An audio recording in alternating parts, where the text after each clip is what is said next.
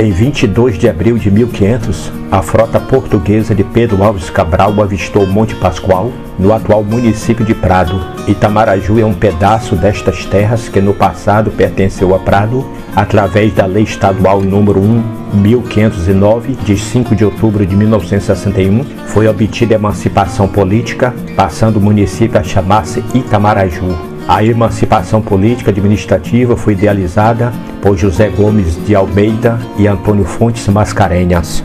Em 1860, a região, habitada pelos índios pataxós, passou a atrair diversos exploradores para atividade de extração de madeira, facilitada pelo acesso pelo rio Jucuruçu, navegável por mais de 50 quilômetros em linha reta, se medidos por terra, paralelamente ao curso do rio, para pequenas embarcações.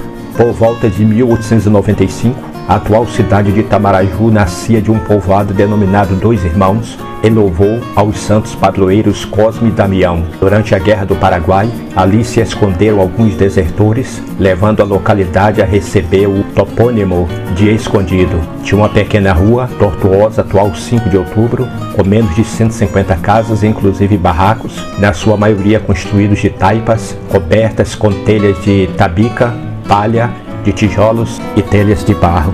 Embora fizesse parte do município de Prado, existia uma sociedade particular que o administrava e cobrava aforamento aos seus habitantes. Fazia parte dessa sociedade Virgulino Pereira, Cândido Nascimento, José Guilherme da Rosa, Nestor Camão e outros, quase todos falecidos. A vila de Escondido, que se tornaria Itamaraju mais tarde, impulsionou com a febre do comércio de jacarandá, alto preço do cacau, onde surgiram novas fazendas, não só de cacau, tendo Arthur Fontes Mascarenhas como maior incentivador, como também as fazendas de pecuária e muitos emigrantes, destacando-se a família Barros, Demétrio, Rui e Ailton, Joaquim de Almeida, Augusto Carvalho, Valdomiro Borges, José Guedes, João Fontoura e outros, que muito contribuíram para o desenvolvimento e aspecto urbano da vila.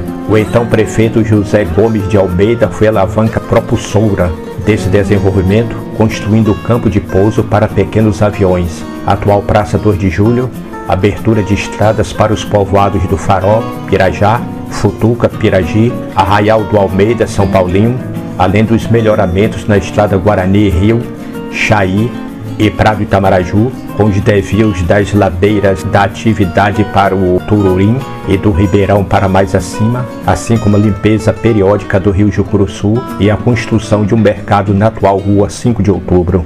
Essa série de progresso trouxe ainda na administração do prefeito José Almeida a ideia da emancipação do Escondido, surgindo, portanto, o município de Itamaraju. De acordo com a secretária de Agricultura, Irrigação e Reforma Agrária do Estado da Bahia, em seus relatórios referentes à produção agropecuária nos anos 2007 e 2008, o município apresenta o maior rebanho bovino do estado. É a segunda colocação dentre os maiores produtores de cacau. Confira agora as produções. Abacaxi, 575 toneladas. Banana, 12.772 toneladas. Cacau, 3.026 toneladas. Café, 8.695 toneladas. Mandioca, 28.600 toneladas. Gado, 163.714 cabeças de gado. Segundo a Agência de Defesa Agropecuária da Bahia, ADAB, o município de Itamaraju possuía em 2014 o maior rebanho bovino da Bahia, com 185.101 cabeças de gado. Com costumes típicos de municípios interioranos, Itamaraju tem sua renda direta gerada principalmente pelo setor agrícola e possui um dos maiores rebanhos bovinos da Bahia. O município é um dos maiores produtores de café no estado e tem na Café Norte a principal empresa responsável por este cultivo, empresa esta a maior produtora mundial da variedade Conilon Robusta. Seu principal ponto turístico é o Monte do Pescoço, que é exposto até na bandeira do município. Itamaraju possui a missão histórica de ser a cidade guardiã do Monte Pascoal, primeira porção continental brasileira avistado por Pedro Álvares Cabral. Itamaraju faz parte das famosas Serras Baixas, descritas na Carta de Pero Vaz de Caminha em 1500, por ocasião do descobrimento do Brasil. Era aqui o campo de caça dos índios encontrados por Cabral. Apesar de não ser muito divulgado, o município também faz parte da Costa das Baleias e tem, como datas festivas importantes, as festas juninas, a festa de Cosme e Damião, cavalgadas e etc. Esses eventos são responsáveis pela geração de emprego e renda nos períodos festivos.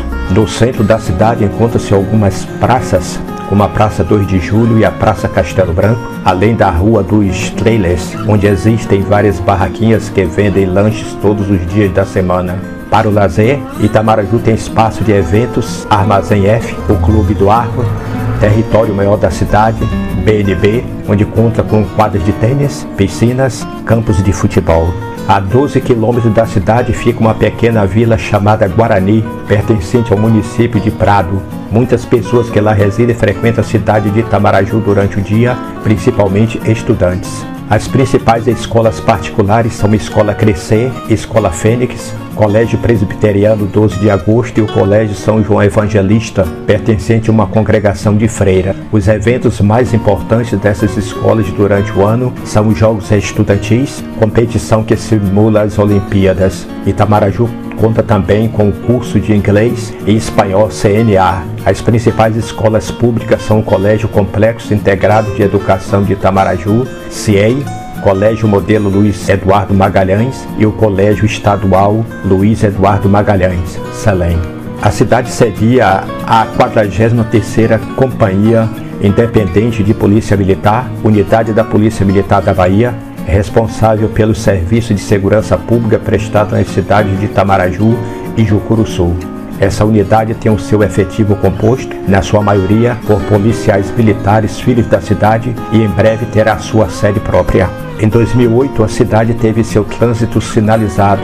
Foram implantados semáforos e faixas de pedestres, mudança na mão de direção de algumas ruas, recolocação de alguns pontos de ônibus urbanos, entre outros. É o centro da cidade quase que totalmente calçado, com paralelepípedos e blocos de concreto, tendo recebido asfalto em algumas de suas principais ruas. Um dos pesquisadores sobre o município é o poeta e escritor itamarajuense Armando Azevedo, que publicou o livro Itamaraju e o Monte Pascoal no ano de 2009, muito utilizado nas escolas estaduais e nas universidades. O poeta também possui um acervo de fotos antigas sobre a vida de moradores notáveis da cidade. O tupi ou tupi antigo era a língua falada pelos povos tupis que habitavam a maior parte do litoral do Brasil do século XVI, tupinambás, tupiniquins, caetés, tamoios, potiguaras, terminóis, tabajaras, etc. Foi aprendida pelos colonizadores portugueses que aportam, a partir desse século e por intermédio deles e de seus descendentes mestiços, como por exemplo os bandeirantes, se tornou o idioma mais usado não só no litoral, mas em todo o atual território brasileiro durante os séculos XVI e XVII. Itamaraju possui vários documentos que comprovam sua existência, sendo o padre jesuíta José de Anchieta considerado como seu primeiro gramático. Foram os jesuítas que criaram a representação escrita da língua, a qual era, até então, exclusivamente oral. Anchieta não foi, porém, o primeiro jesuíta a aprender a língua nativa. O padre basco João de Azipicueta Navarro compôs os primeiros hinos religiosos em suas pregações aos indígenas. Nos séculos XVI e XVIII, era chamado pelos portugueses de língua brasílica. Por ser o idioma mais usado no Brasil, a expressão língua tupi somente se generalizou a partir do século XIX. Os europeus que iam viver no Brasil, bem como os escravos africanos que eram trazidos para o país, aprendiam e falavam no seu dia a dia usando o português apenas nas suas relações com a coroa portuguesa. Teve sua gramática estudada pelos jesuítas, os quais a utilizavam como instrumento de catequese. Deixou de ser falada no final do século XVII, quando foi suplantada pela língua geral. Com a proibição da língua pelo Marquês de Pombal em 1758, o tupi deixou de ser a língua mais falada no Brasil, sendo substituída pelo português. Sua descendente paulista, a língua geral paulista, continuou, no entanto, a ser falada no interior do atual estado de São Paulo e até o início do século XX.